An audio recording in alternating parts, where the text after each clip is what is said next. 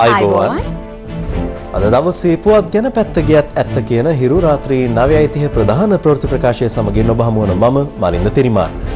මම ප්‍රසාදිනී මන්තිකා විජේරත්න. ප්‍රථමයෙන් හිරු ප්‍රවෘත්ති සිරස්තල.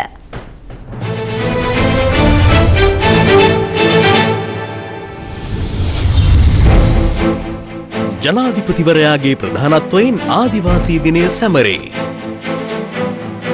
අලි දත්ත රැගත් පොතක් හිටි හැටියේ අතුරුදන්. ඡන්ද පත්‍රිකා මුද්‍රණය නිරීක්ෂණයට CCTV කැමරා පද්ධතියක්. වැඩිහිටි නොසැලකිල්ලෙන් හපුතලේ දරු දෙදෙනෙකු මරුට. ලෝපුරා ඉස්ලාම් භක්තිකයින් අද රාමසාන් උත්සවය සමරනවා. ඒ මසක් පුරා සිදු කළ උපවාසය ඊයේ අවසන් කරමින් ඉස්ලාම් දහමේ මුල් ග්‍රන්ථය වූ අල් කුරානයේ නියම කොට ඇති පරිදි ඉස්ලාම් භක්තිකයින් රාමසාන් උපවාස ශීලය රැකිය යුතු වනවා. මසක් පුරා දිනකට එක් ආහාර වේලක් පමණක් ගනිමින් සිදු කරන මෙහි අරමුණ කුසගින්න පිළිබඳව අවබෝධයක් ලබා දීමයි. මෙහිදී සෙසු අයට උදව් උපකාර කිරීමද සිදුවනවා. අද උදෑසන කොළඹ ගාලු මෝදර පිටියට එක් වූ ඉස්ලාම් බැතිමතුන් මෙසේ සිය ආගමික වතාවත්වල නිරත වුණා.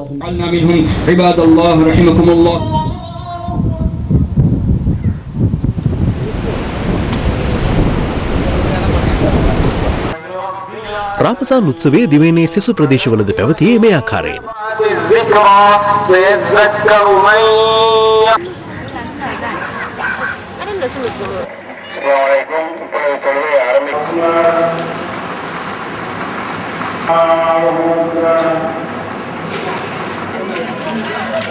රාමසාන් උත්සවයට සුබ පැතුම් එක් කරන ජනාධිපති මහින්ද රාජපක්ෂ මහතා පෙන්වා දෙන්නේ සාමකාමී වාතාවරණයක් තුළ සිය ආගමික වතාවත් බාධාවකින් තොරව ඉටු කිරීමට මුස්ලිම් ප්‍රජාවට අවස්ථාව ලැබීම පිළිබඳව සතුටට පත්වන බවයි. මෙරට ප්‍රගමනය සඳහා මුස්ලිම් ප්‍රජාවගේ දායකත්වය පිළිබඳව සිහිපත් කිරීමට රාමසාන් උත්සවය වටිනා අවස්ථාවක් බව ජනාධිපතිවරයා එම නිවේදනයෙන් පෙන්වා දෙනවා. රාමසාන් උත්සවය වෙනුවෙන් සුබ පැතුම් එක් කරන විපක්ෂ නායක රනිල් වික්‍රමසිංහ මහතා නිවේදනය කළේ උපවාසයේ යෙදීමෙන් ඉස්ලාම් බැතිමතුන් ලබා ගන්නා ඉවසීම, කරුණාව සහ සහෝදරත්වය ලෝකයට ලබා දිය හැකි යහපත් ගුණාංග බවයි. එම ගුණාංග ලෝපුරා පැතිර යනු දැකීම සිය ඒකායන අපේක්ෂාව බවද විපක්ෂ නායකවරයා එම නිවේදනයේ සඳහන් කරනවා.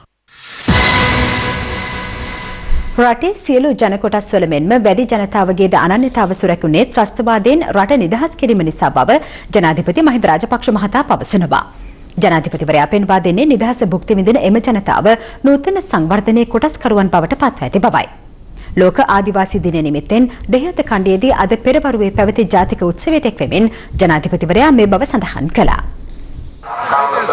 සංස්කෘතික අමාත්‍යාංශය සංවිධානය කළ මෙම උත්සවයේ දෙහිඅත කණ්ඩියේ හේනානිගලදී පැවැත්වුණා.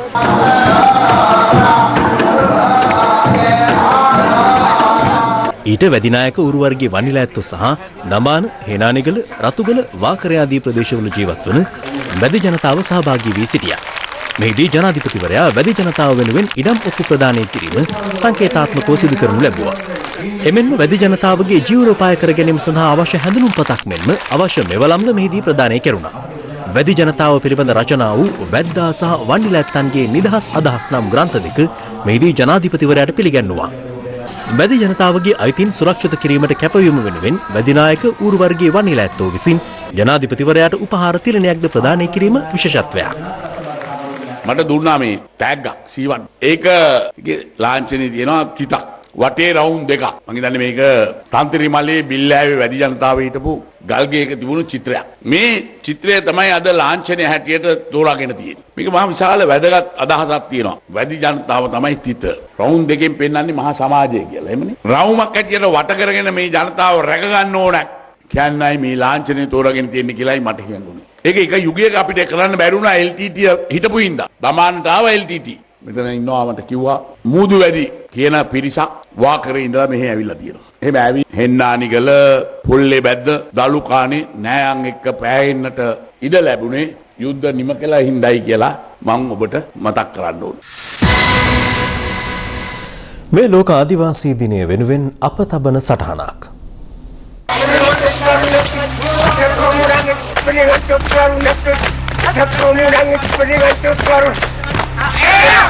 බිලියන 7ක් වූ ලෝක ජනගහනයෙන් 6% නියෝජනය කරන්නේ ආදිවාසී ජනකොටස්.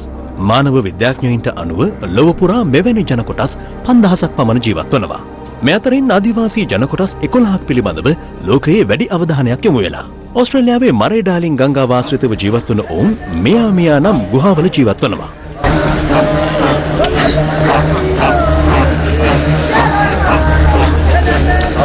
මධ්‍යම අප්‍රිකාවේ කොංගෝ වනාන්තරය ආශ්‍රිතව ජීවත් වන පිග්මිවරු තවත් ආදිවාසී ජන කොටසක්. ඔවුන්ගේ විශේෂත්වය වන්නේ අඩි 5කට වඩා උසින් අඩු සිරුරක් පිහිටීමයි. සැමි ප්‍රජාව යුරෝපයේ විශාලතම ආදිවාසී ජන කොට්ටාශයයි. ස්වීඩනය, නෝර්වේ හා ෆින්ලන්තය ආදී රටවල මේ ජන කොට්ටාශය ජීවත් වනවා. එස්කිමෝවරු උතුරු ආර්ක්ටික් ප්‍රදේශවල ජීවත් වන තවත් ආදිවාසී ජන කොට්ටාශයක්. The loon my father has shot is brought to shore in the same way as the seal. This big loon will make a fine.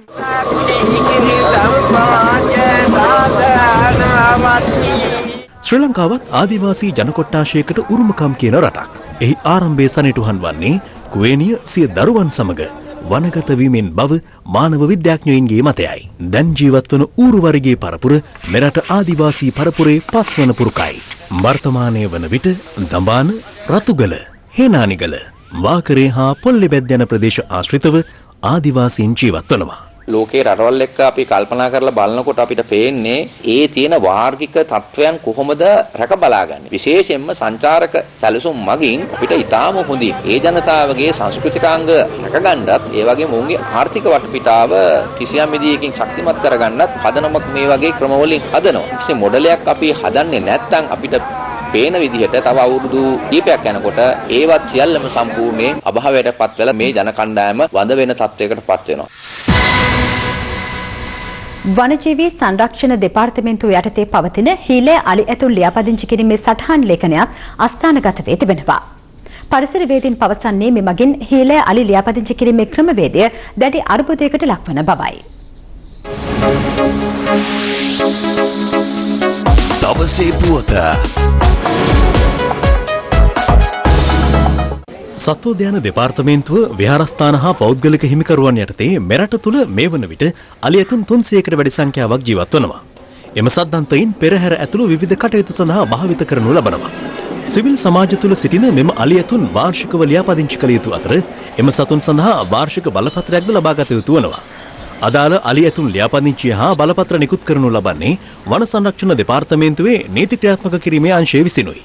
එම අංශයේ නියෝජ්‍ය අධ්‍යක්ෂිකා චාන්දනී විල්සන් මහත්මිය සඳහන් කළේ මෙලෙස අස්ථානගත වී ඇත්තේ වනජීවී අධ්‍යක්ෂ ජෙනරාල්වරයා විසින් අලි ඇතුන් ලියාපදිංචිය සඳහා නිර්දේශ කර අත්සන්සිදු කරන සටහන් පොතක් බවයි. අලි ලියාපදිංචි කරන්නේ ෆයිල් වල. ඒ කාලියට එක ෆයිල් එක ගන්න තියෙනවා. ඊට පස්සේ ඒ ෆයිල් අපි මේ අංකේ තියෙන මේ අලිය මේ අක්ෂරයක දානවා කියලා CR පොතකින් දානවා. එහෙම අලි කරන්නේ පොත් 5ක් 6ක් තියෙනවා අපි ළඟ. ඇත්තටම තුනක් තියෙනවා. තුනෙන් අර පොඩි එක පොතක කෑල්ලක් පොතක් අස්තනකට වෙලා තියෙන දවස් දෙක තුනක්. සමහරවිට මොකක් හරි එක පැටලිලා ගියත් දන්නේ නැහැ. තව ෆයිල් එකක් ඇතුලේත් දන්නේ නැහැ. ඊට පස්සේ අපි මේ හොයාගන්න බැරුව අපි ඉතින් කමන්නේ අපි අලුතෙන් CR පොතක් ඕපන් කරා. මේ සම්බන්ධයෙන් අප වනජීවී අමාත්‍ය විජිත් විජේමුනිද සොයිසා මහතාගෙන් විමසීමක් කළා. මේකට මම විධිමත් පරීක්ෂණයක් කරනවා අපේ අමාත්‍යාංශ පැත්තේ. කවුද මේක කරේ කොහොමද වුනේ වගකීම මේ විෂය බාර ආයේ. වගේ කියන්න ඕනේ. මේ අලින් ඉතිහාසයේ ඉඳලම මේ සාමාන්‍ය සිවිල් සමාජයට දුන්නා. නීතියානුකූල ක්‍රමවේදයක් තුල ඒ ලබා දිය යුතුයි. හැබැයි ඉතින් මෙහෙම හොර වැඩ කරන්න ඕනේ නැහැ. එහෙම දෙන්න ඕන. වනසත්ව හා වෘක්ෂලතා ආරක්ෂණ පනතේ 12 වන සහ 22 ආවගන්තියට අනුව වළංගු බලපත්‍රයක් නොමැතිව සිවිල් පුද්ගලයෙකුට අලියෙකු හෝ ඇතෙකු ළඟ තබා ගැනීම සිදු කළ නොහැකියි. එම නීති උල්ලංඝනය කරමින් කිසියම් පුද්ගලයෙකු අලියෙකු හෝ ඇතෙකු ළඟ තබා ගන්නේ නම් ඒ වරෙන්තු නොමැතිව අත්අඩංගුවට ගත හැකි සහ අප ලබා දිය නොහැකි වරදක්. හීලෑ අලි ලියාපදිංචි කිරීමේ මෙම ලේඛනය නැතිවීම බරපතල ගැටලුවක් බව පරිසරවේදීන් පෙන්වා දෙනවා. ඇත්ත වශයෙන්ම අපි හිතන්නේ මේක හිතාමතා සිද්ධ කරපු ක්‍රියාවලියක් කියලා. හේතුව තමයි මේ වෙනකොට උන්ට හැකියාව ලැබෙනවා මේ ලිපි ලේඛන අස්ථානගත වීම හරහා දැනට බලපත්‍ර නොලත් අලි ඇතුන් බලපත්‍ර ලබා දීමටත් ඒත් එක්කම බලපත්‍ර සහිතව නීති විරෝධීව තබාගෙන ඉන්න පැටවුන්ට ඔවුන්ගේ ඉදිරි විමර්ශන කටයුතු සිද්ධ වුණොත් ඔවුන්ට මේ ආකාරයෙන් ඔප්පු කිරීම සඳහා සාධක නැති වෙනවා. මෙම පැටවුන්ගේ මව්පියන් පිළිබඳ විස්තර සහිත සාක්ෂි තමයි මේ අස්ථානගත වෙලා තියෙන්නේ. දවසේ පුවත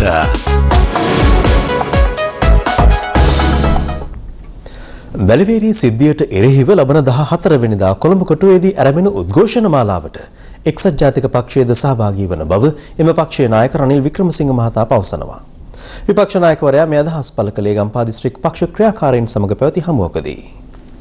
වැලිවේරිය ඝාතනයට විරුද්ධ උද්ඝෝෂණ මාලාව 14 වෙනිදා කොළඹින් ආරම්භ වෙනවා. ඒකට එක්සත් ජාතික පක්ෂයත් එකතු වෙලා තියෙනවා. වැලිවේරියේ ප්‍රශ්නයක් තිබුණා නම් ඒක පොලිසියට විසඳන්න පුළුවන් ප්‍රශ්නයක්.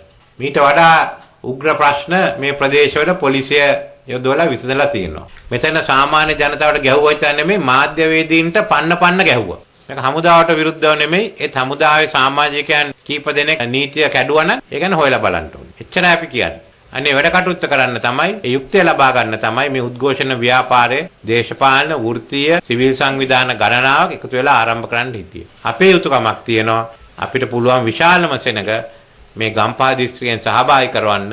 මේ සිද්ධිය ඇති උනේ ගම්පහ දිස්ත්‍රික්කය නිසා. බන්ධනාගාරයෙන් ඉස්කෝලේට දාලා ඊට පස්සේ කැලේට දාපු ඇමතිතුමෙක් ඉන්නවා. ඒ ඇමතිතුමා කවුද කියලා දැනගනිමු. රට වට කර බැන්දත් කට වට කර බඳින්න බැරි වැට නැති කටෙන්.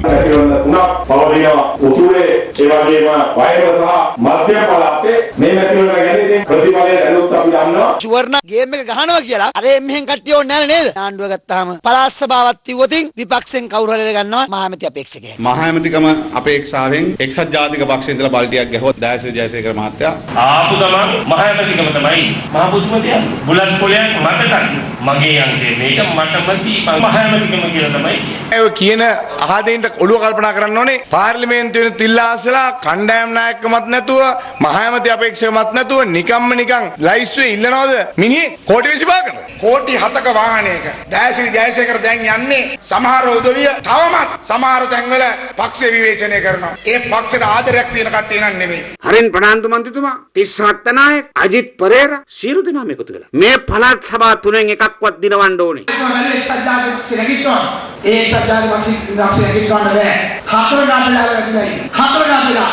මම එකක් කියන්නම්. ලියලා තියාගන්න ආණ්ඩුවක් හදනවාමයි. එක්සත් ජාතික පක්ෂයේ ආණ්ඩුවක් හදනවා දෙන්න විකල්පයක් නැහැ. අතාරින්නේ නෑ අලිය මේ සටන. 13 නෙමෙයි ඊට එහාට ගිහිල්ලා ඉල්ලනවා. සංවර්ධන ප්‍රදේශ වලටත් එනවා. ඒ නිසා මේ අරගලේ විසඳන්න මට බාර දීලා තියෙනවා. සමහරව ඉතින් කට්ටිය කියනවා සොයිස මුලින්ම දැම්මා බන්ධනාගාරයට ඊට පස්සේ දැම්මා පාසලට බැරිම තැන කැලේට දැම්මා කියලා කියනවා මගේ දේශපාලන විරුද්ධවාද.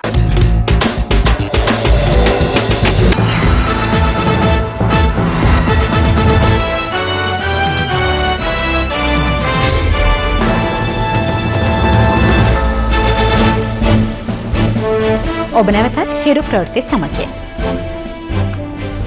මෙවර පළාත් සභා මැතිවරණයට අදාළ ඡන්ද පත්‍රිකා මුද්‍රණය කිරීමේ කටයුතු සඳහා විශේෂ ආරක්ෂක විධිවිධාන යොදා ඇති බව වැඩ බලන රජයේ මුද්‍රණාලාධිපති ලලිත් ද සිල්වා මහතා පවසනවා.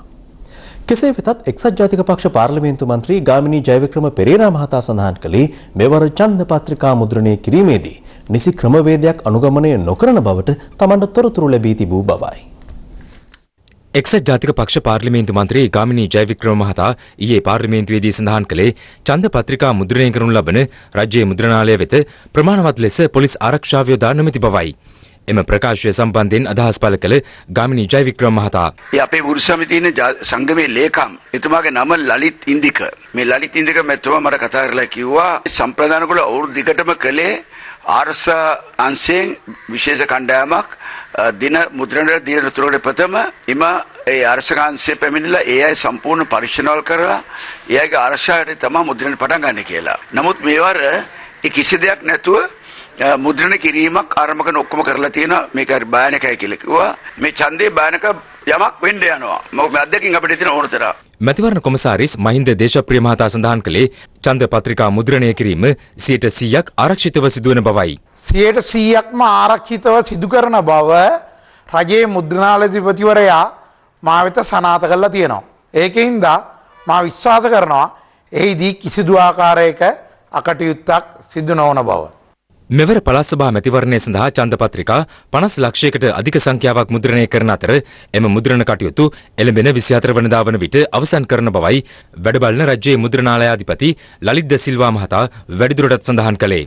අපි මේ ඡන්දපත්‍රිකා මුද්‍රණය කිරීම සඳහා සම්ප්‍රදායික ක්‍රම වේදයන් මේ විදිහටම භාවිතා කරන ගමන් මේ අවස්ථාවේදී පළවෙනි වතාවට CCTV කැමරා පද්ධතියක් අපි සවි කරා මුද්‍රණ යන්ත්‍ර ආවරණය කරන්න. වෙනදට වඩා ආරක්ෂාවක් ලැබිලා තියෙනවා. ඒ වගේම විවෘත භාවයකුත් ලැබිලා තියෙනවා. අද උදේ 8ට අපි මැතිවරණ සඳහා ඡන්දපත්‍රිකා මුද්‍රණය කරන්න පටන් ගත්තා. පොලිසියත් අපි සාම්ප්‍රදායිකව දාලා තියෙනවා. මොකද ඒක සම්ප්‍රදායික හැටියට රාජ්‍ය මුද්‍රණ දෙපාර්තමේන්තුවේ පොලිසිය යෙදවන නිසා.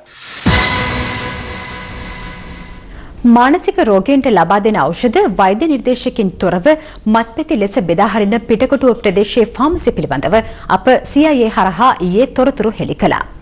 මෙම ජාවාරමේ ඉලක්කය වී තිබුණේ දුරගමන් සේවා බස් රථ රියදුරන් හා පාසල් සෙසොන්.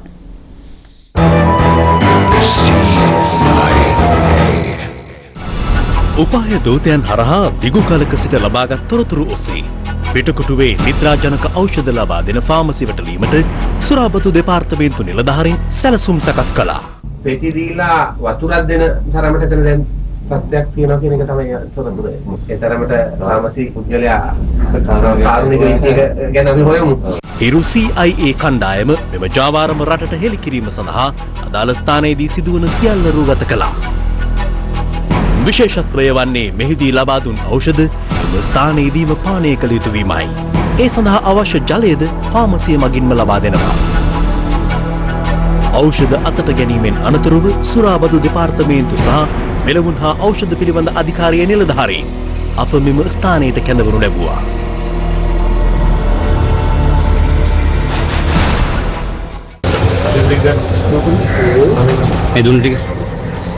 ප්‍රශ්න කිරීම් හමුවේ ඖෂධ ලබා දුන් පුද්ගලයා ප්‍රකාශ කළේ වෙනත් තොග නොමැති බවයි.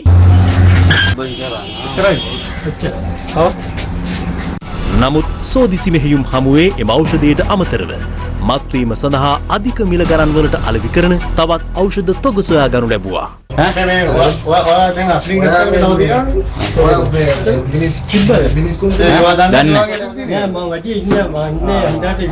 මෙම වැටලීමේදී හෙළි වූ විශේෂිතම කරුණ වූයේ වැටලීමට ලක් වූ ෆාමසි දෙකම පවත්වාගෙන යාමට කිසිදු බලපත්‍රයක් හෝ සුදුසුකමක් නොමැතිවීමයි. මේවා දැන් දුන්නේවනේ. මේ කොහොමද දුන්නේ?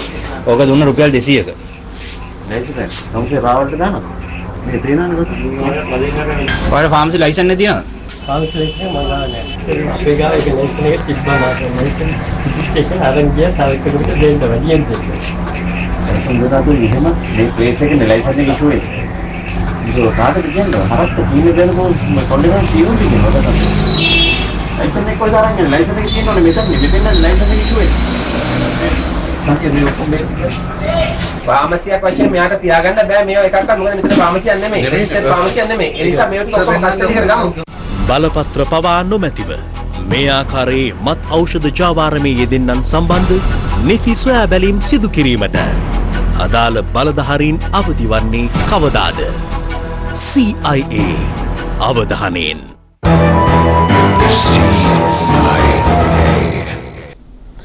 අද වන විට කිරිපිටි සම්බන්ධයෙන් අප සමාජයේ දැඩි කතා බහක් ඇති වී තිබෙනවා.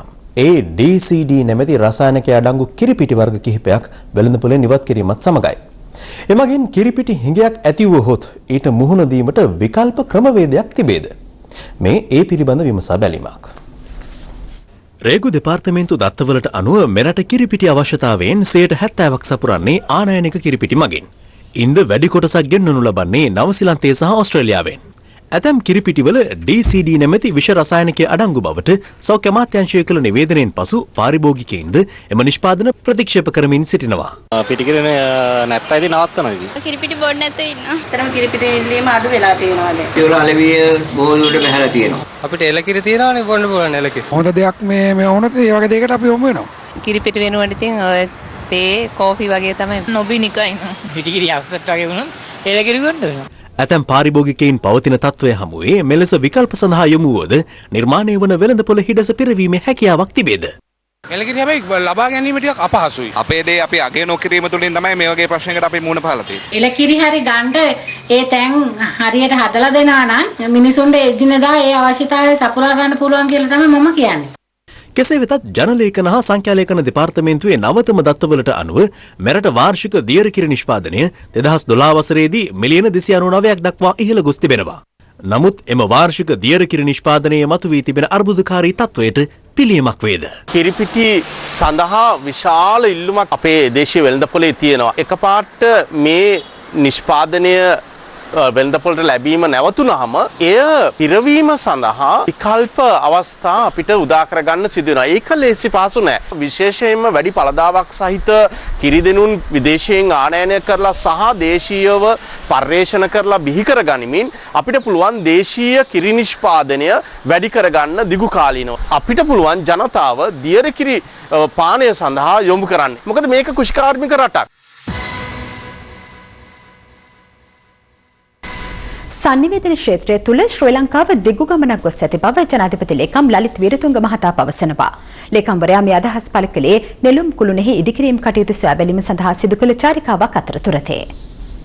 එක්පසකින් ඩී.ආර්. විජයවර්ධන මාවතට සහ බේරිය වැවට සීමා වී ඉදිවන නෙළුම් කුළුණ සැලකින්නේ දකුණු ආසියාවේ උසම සංනිවේදන කුළුණ ලෙසටයි. මීටර 350ක් එවත් අඩි 1150ක් උස ඇති මෙම කුළුණෙහි පාදම කොටස ගොඩනැගීමේ කටයුතු ඊයේ ආරම්භ කෙරුණා. අකර 10කට අධික භූමි ප්‍රමාණයක ඉදිවන මෙම පරිශ්‍රයට උත්සවශාලා, සාප්පු සංකීර්ණ, විනෝද මධ්‍යස්ථාන සහ අති නවීන සතුටු උයනක් දැතුළත්. මෙම ඉදිකිරීම් කටයුත්තේ තාක්ෂණ සහ නිර්මාණ සැලැස්ම බහරව ඇත්තේ මොරටුව විශ්වවිද්‍යාලයේ ගෘහ නිර්මාණ පීඨයටයි. ක්ෂේත්‍ර චාරිකාව අතරතුර පැවති මාධ්‍ය හමුවකදී අදහස් දැක්වූ ජනාධිපති ලේකම්වරයා සඳහන් කළේ මෙම සංවර්ධන කටයුතු මීට වසර ගණනාවකට පෙර ආරම්භිය යුතුව තිබූ බවයි.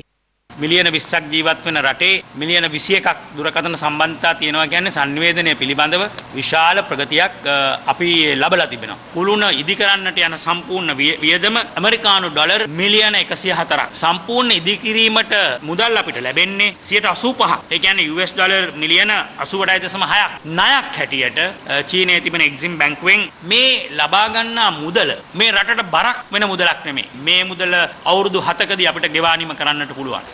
මෙම නිරීක්ෂණ චාරිකාව සඳහා විදුලි සංදේශ නියාමන කොමිෂන් සභාවේ අධ්‍යක්ෂ ජනරාල් අනුෂ පැල්පිට මහතා එක්ව සිටියා.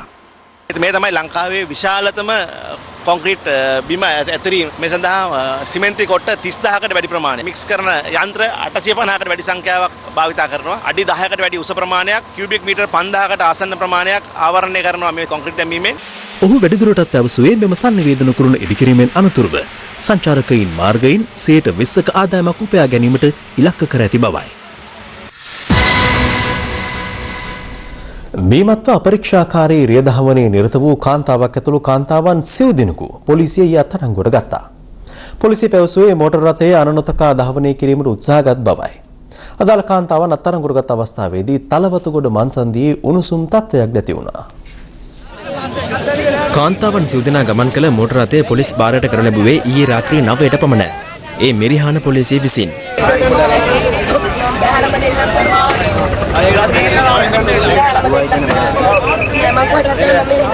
ඔබතුමී නගින්න මේ WBC කෝ නගින්න අර එහා පැත්තෙන් දාන්නේ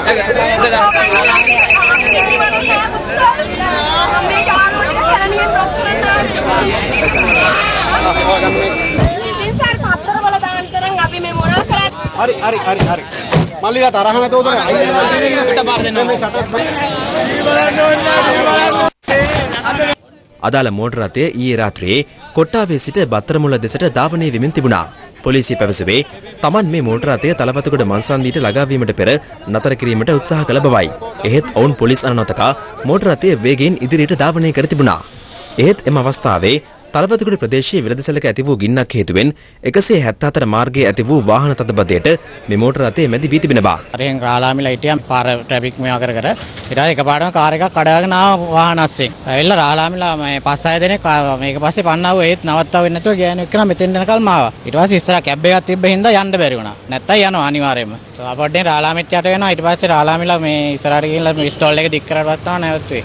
බීමතින් අපරීක්ෂාකාරීව රිය ධාවනය කිරීම හේතුවෙන් එක් කාන්තාවක් අත්අඩංගුවට ගෙනුණා. පොලිසිය පැවසුවේ සෙසු කාන්තාවන් දෙදෙනා අත්අඩංගුවට ගත්තේ අනන්‍යතාවය තහවුරු කිරීමට අපොහොසත් වූ නිසා බවයි. රථය පැදවූ කාන්තාව මීට පෙරද පොලිස් අනනතක රිය ධාවනය කිරීම හේතුවෙන් වරෙන්තු නිකුත් කළ අයෙක්. අත්අඩංගුවටගත් කාන්තාවන් සිව් දෙනා අද පස්වරුවේ ගංගොඩවිල මහේස්ත්‍රාත් අධිකරණයට ඉදිරිපත් කෙරුණා. එහිදී රථය පැදවූ කාන්තාව සහ තවත් කාන්තාවක් ලබන 23 වනදා දක්වා රක්ෂිත බන්ධනාගාරගත කළ අතර සෙසු කාන්තාවන් දෙදෙනා අපමණ මුදා හැර තිබෙනවා. වැඩිහිටියන්ගේ නොසැලකිලිමත්කම් හේතුවෙන් හබුතලේ පිටරත්මල වත්තෙන් අද ළමා මරණ දෙකක් වාර්තා වුණා. මෙහි ඇති විශේෂත්වය වන්නේ එකම වයසේ දරුවන් දෙදෙනෙකු එකම ආකාරයට ආසන්න වේලාවන් දෙකකදී මිය යාමයි. මෙම අවාසනාවන්ත මරණ දෙක වාර්තා වූයේ හබුතලේ පිටරත්මල වත්තේ උඩ කොටසේ හා පහළ කොටසේ.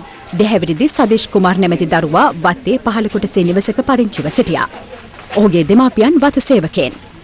ඔවුන් දහවල් ආහාර ගනිමින් පසුපු අතරතුර නිවසේ ඉදිරිපිට සෙල්ලම් කරමින් සිටි සදීෂ් නිවස අසල ළිඳට වැටී තිබෙනවා.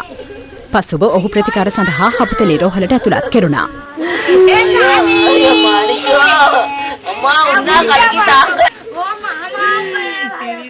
සදීෂ් රෝහල් ගත කර විනාඩි 10ක් ඉක්ම යන්නටත් මත්තෙන් තවත් ළිඳකට වැටී තිබූ දරුවෙකුද රෝහල් ගත කර තිබුණා. එලෙස අනතුරට පත්ව තිබුණේ වත්තේ ඉහළ කොටසේ පදිංචි සදීෂ් කුමාර් නැමැති දෙහැවිරිදි දරුවායි. ඔහුද ළිඳට වැටී ඇත්තේ නිවස ඉදිරිපිට සෙල්ලම් කරමින් සිටියතේ. ඔහුගේ මවද වතු සේවිකාවක් වන අතර පියා ඔවුන්ගෙන් වෙන්ව ජීවත්ව තිබෙනවා. දරුවන් දෙදෙනාම රෝහල් ගත කරන විටත් මිය ගොස් සිට ඇති බව රෝහල් ආරංචි මාර්ග සඳහන් කළා. ගෙදර කට්ටිය කෑම කා ගන්න හිටියා. ඉතින් ළමයා නැහැ කියලා තම හොයාගෙන යනකොට එහෙම තමයි වයිවා.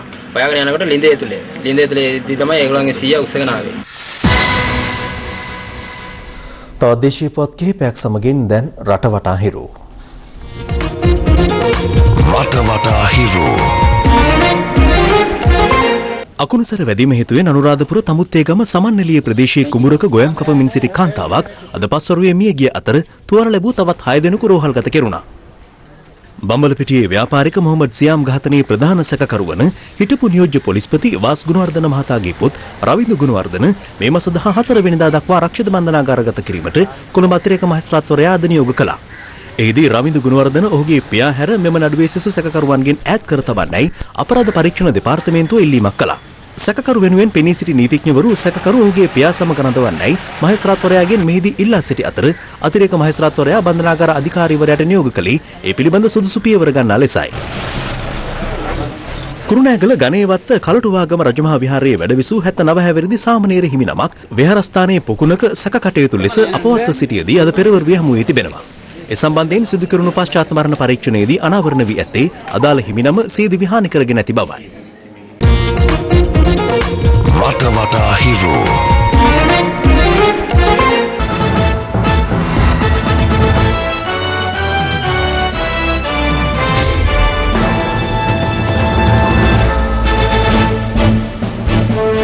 පේරු දේශයේ ජෙන් නගරයේ සිදු වූ බස් රථ අනතුරකින් පුද්ගලයන් 12 දෙනෙකු ජීවිතක්ෂයට පත් වුණා. තවත් 35කට අධික පිරිසක් තුවාල ලැබූ බවයි වාර්තා වන්නේ. ඒ පිළිබඳ තොරතුරු සහ තවත් පුවත් සමගින් දැන් ලොව වටා හිරු. ලොව වටා හිරු. මගේ බස් රථය පළතුරු ප්‍රවාහනය කරමින් තිබූ ට්‍රක් රථයක ගැටීම හේතුවෙන් මෙම අනතුර සිදු වුණා. බස් රථයේ රියදුරු අධික වේගයෙන් පැමිණ වංගුවක් පස කිරීමේදී ඉදිරියෙන් පැමිණි ට්‍රක් රථයේ ගැටුණු බවයි වාර්තා වන්නේ. අනතුර සිදු වන අවස්ථාවේ බස් රථයේ මගින් 50 දෙනෙකු පමණ සිට තිබෙනවා. ඉන්දියාවේ කාශ්මීර ප්‍රදේශයේ පැවති උද්ඝෝෂණයක් අතරතුර උද්ඝෝෂකින් හා පොලිසිය අතර ගැටුමක් හටගත්තා. කාශ්මීර දේශ සීමාවේදී ඉන්දිය බඩයින් 5 දෙනෙකු ඝාතනය කිරීමේ සිද්ධිය පිළිබඳ පාකිස්තානයට චෝදනා එල්ල කිරීම සම්බන්ධයෙන් මෙම උද්ඝෝෂණය පැවැත්වුණා. උද්ඝෝෂකින් විසිරුවා හැරීමට පොලිසිය කඳුළු ගෑස් ප්‍රහාරයක් ද එල්ල කළා. බොලිවියාවේ ලාපාසා එල් ඇල්ටෝ නගරවලට බලපෑ දැඩි සුළුකුණාටු තත්ත්වයක් හේතුවෙන් එක් පුද්ගලයෙක් ජීවිතක්ෂයට පත් වුණා. පැයට කිලෝමීටර් 80ක වේගයෙන් හමා ගිය සුළුකුණාටුව නිසා ප්‍රදේශ රැසකට විදුලි බලය ඇන හිටියා. සුළුකුණාටුව සමග ඇතැම් ප්‍රදේශ දූවිලෙන් වැසී ගිය බවයි වාර්තා වන්නේ. ලොව වටා හිරු.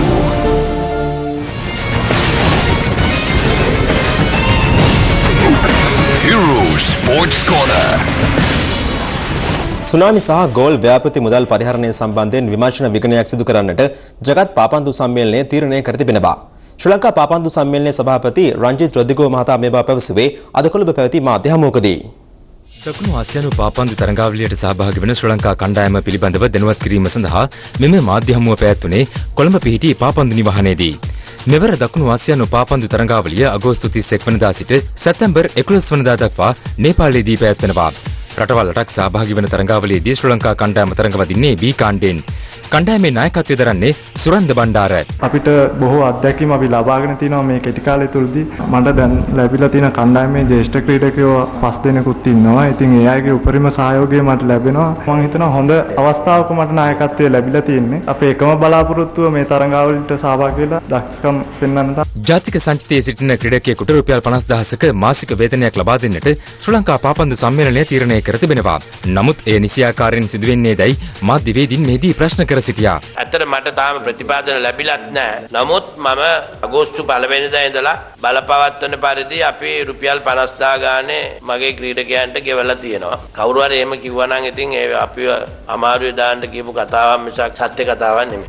සෑම ක්‍රීඩකයෙකුටම රුපියල් 50000 බැගින් ගෙවීම හරහා ජාතික සංචිතයේ සිටින ජ්‍යෙෂ්ඨ ක්‍රීඩකයින්ට අසාධාරණයක් සිදු නොවන්නේදයි මාධ්‍යවේදීන් මෙහිදී සභාපතිවරයාගෙන් විමසා සිටියා. මෙහෙම දුන්නේ නැහැනේ කවදාවත්. ජීවිතයේ ඉතිහාසයේ ප්‍රථම වතාවට රුපියල් 50000ක් ජාතික පෙළේ ක්‍රීඩකයෙකුට ලැබුණේ. පාපන් සම්මේලනයට ආධාර උපකාර ගන්න තියෙනවා. ඒව අරගත්තට පස්සේ මම ගෙනියන්නේ නැහැ ගෙදර. ඉතින් ඉස්සෙල්ලා අපි උදේට කාලේ මේක දවල්ට කන්න ඉස්සෙල්ලා. සුනාමි සහ ගෝල් ව්‍යාපෘති ආධාර පරිහරණය සම්බන්ධයෙන් විමර්ශනය කරන්නට ජගත් පාපන්දු සම්මේලනයේ නිලධාරීන් පසුගිය ජූනි 7 වෙනිදා සිට ජුනි 13 වෙනිදා දක්වා ශ්‍රී ලංකාවේ සංචාරයක නිරත වුණා. ඔවුන් එම විමර්ශන වාර්තාව මේ වන විට ජගත් පාපන්දු සම්මේලනයේ සංවර්ධනාංශය වෙත ලබා දී තිබෙනවා.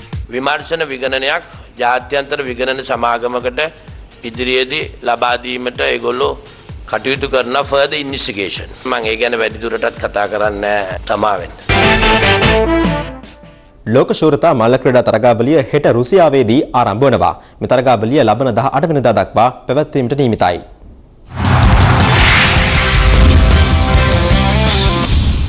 ජගත් මල්ල ක්‍රීඩා සම්මේලනය මෙවර ලෝක ශූරතා මල්ල ක්‍රීඩා තරගාවලිය සංවිධානය කරන්නේ 14 වන වරටයි.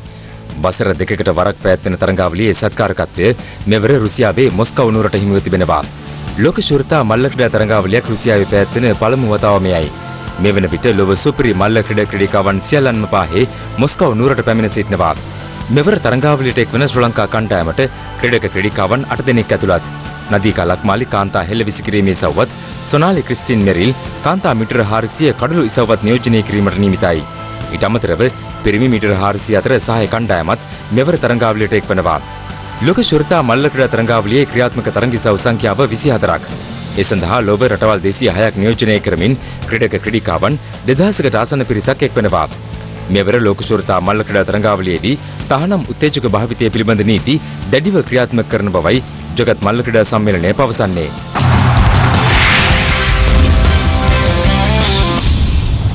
ක්‍රිකට් පිත්තේ දෙපස ඇලවූ සිලිකන් පටි මගින් හොට්ස්පොට් තාක්ෂණය නොමග යැවිය හැකි බව එහි නිර්මාතෘවරයා පවසනවා. ජගත් ක්‍රිකට් කවුන්සිලේ නිවේදනයක් නිකුත් කරමින් පවසන්නේ එහි නිර්මාතෘ රොනන් බ්‍රෙනන් මේ පිළිබඳව තමන් වෙත දන්වා ඇති බවයි. අලුබඳුන තුන්වන ටෙස්ට් තරඟ අතරතුර එංගලන්ත පිතිකරු කෙවින් පීටර්සන්ගේ දෙවියාම සම්බන්ධයෙන් මිනිසුරුවන් ලබා දුන් තීරණයත් සමග හොට්ස්පොට් තාක්ෂණය පිළිබඳව ජාත්‍යන්තර ක්‍රිකට් පිටියේ දැඩි කතාබහක් ඇති වුණා. එහිදී පන්දුව පිත්තේ වදින ආකාරය මෙන්ම ඉන් ඇතිවන ශබ්දයද කැමරාවල සටහන් වී තිබුණත් හොට්ස්පොට් තාක්ෂණය සඳහා භාවිත කරන සුවිශේෂී කැමරාවේ එය සටහන්ව තිබුණේ නැහැ. ඉන් අනතුරුව ඔස්ට්‍රේලියාවේ චැනල් 9 රූපවාහිනී නාලිකාව වාර්තා කළේ පිතිකරුවන් හොට්ස්පොට් තාක්ෂණයෙන් බේරීම සඳහා පිත්තේ සිලිකන් පටි අලවාගෙන සිටින බවයි. ජගත් ක්‍රිකට් කවුන්සිලය මේ පිළිබඳ පරීක්ෂණයක් ආරම්භ කර ඇති බවත් එම රූපවාහිනී වාර්තාවේ දැක්වුණත් ICC එම ප්‍රවෘත්තිය ප්‍රතික්ෂේප කළා. කෙසේ වෙතත් හොට්ස්පොට් තාක්ෂණයේ නිර්මාතෘ වොරන් බ්‍රෙනන් පසුගිය දිනකදී ICC ඉහළ නිලධාරියෙක් සමග කළ සාකච්ඡාවකදී පවසා තිබෙන්නේ ක්‍රීඩකින් පිත්තේ අග්‍රවල විවිධ පටි වර්ග ඇලවීම පිළිබඳව පරීක්ෂණයක් කළ යුතු බවයි.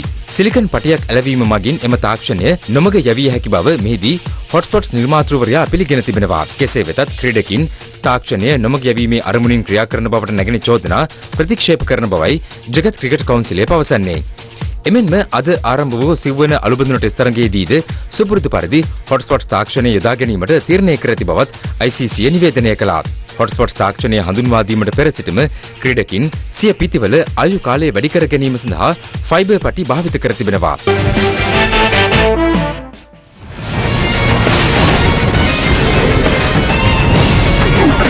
Hero Sports Corner. දෙවැනි බස්නාහිර සබරගමු සහ දකුණු පළාත්වල වැසි ස්වල්පයක් ඇතිවන අතර අපර භාගයේදී හෝ සන්ධ්‍යා කාලයේදී මධ්‍යම ඌව නැගෙනහිර උතුරු මැද හා උතුරු පළාත්වල තනින් තන ගිගුරුම් සහිත වැසි වර්ධනය වන බව කලගුණ විද්‍යා දෙපාර්තමේන්තුව නිවේදනය කරනවා. අකුණු මගින් සිදුවන අනතුරු අවම කර ගැනීමට අවශ්‍ය පියවර ගන්නා ලෙස එම දෙපාර්තමේන්තුව ජනතාවගෙන් ඉල්ලා සිටිනවා. දැන් ඉදිරි පැය 24 සඳහා වන කාලගුණානාවකය.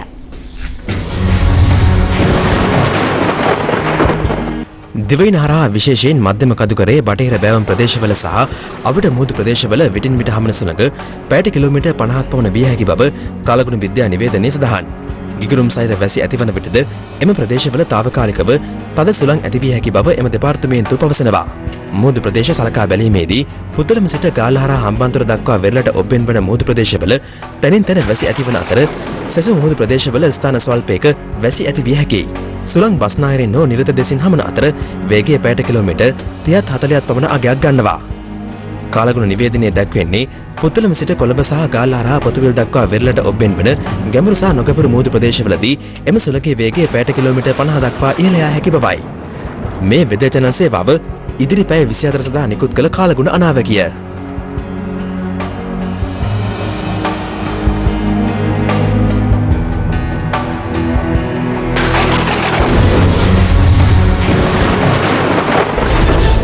ඒ සමගින් හිරු ප්‍රවෘත්ති තුලින් අදට අපි සමුගන්නවා. පැත්තක් නැතුව ඇත්ත දැනගැනීමේ අයිතිය තවදුරටත් තහවුරු කරගන්න ඔබේ ජංගම දුරකථන ජාලය අනුව තිරේ දිස්වන පරිදි හිරු ප්‍රවෘත්ති SMS සේවාව සක්‍රිය කරගන්න. යලි හමු වෙමු හෙට රාත්‍රී 7 අපගේ ඊළඟ ප්‍රධාන ප්‍රවෘත්ති ප්‍රකාශය. සුබ රාත්‍රියක්.